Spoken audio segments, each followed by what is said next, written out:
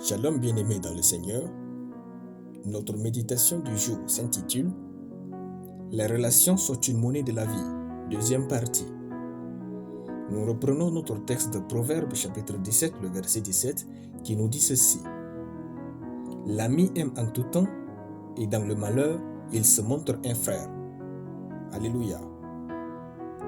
Avec certaines personnes, il faut apprendre à quitter l'étape des liens pour celle des relations. Car les relations sont une monnaie de la vie. Nous ne parlons pas de vivre et de voir nos relations comme un parfait moyen de s'enrichir sur le dos des autres. Non, nous parlons du fait que nous connaissons l'importance des relations et leur implication dans notre destinée. Si toute votre richesse dans la vie se résume à l'argent, vous êtes l'homme le plus pauvre de la terre. Il y a des gens à qui les autres ont dit, même s'ils déposent des milliards, on ne les laissera pas passer. Juste à cause de leur arrogance, leur impolitesse, etc.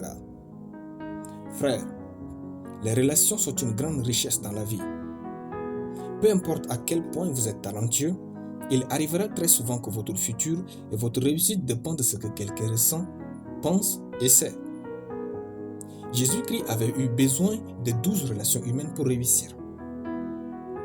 Personne ne peut réussir s'il n'a pas de bonnes relations avec les autres. Il faut savoir différencier nos relations. Toutes les relations ne se valent pas. Très tôt, catégorisez vos relations et traitez-les bien selon leur niveau d'importance.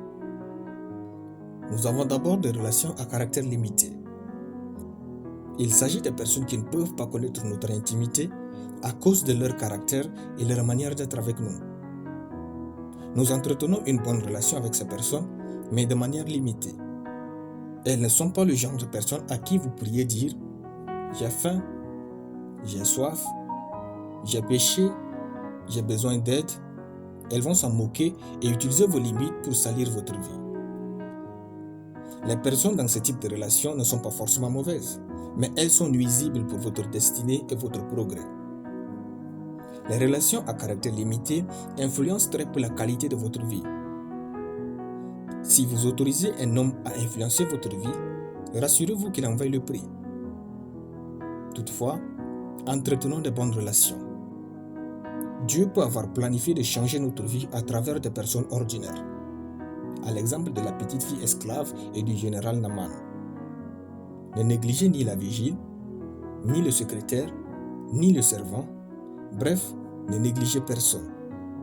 Considérez l'image de Dieu en chaque homme et valorisez-le. Alléluia. Nous allons prier. Merci Père pour la sagesse de ta parole qui pénètre mon être entier. Je déclare que je suis perspicace et rempli de sagesse pour discerner mes relations et les traiter bien selon leur niveau d'importance. Ainsi, je suis prospère et plein de succès au nom de Jésus. Amen.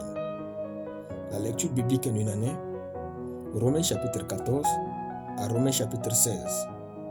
Soyez bénis, c'était le pain du ciel.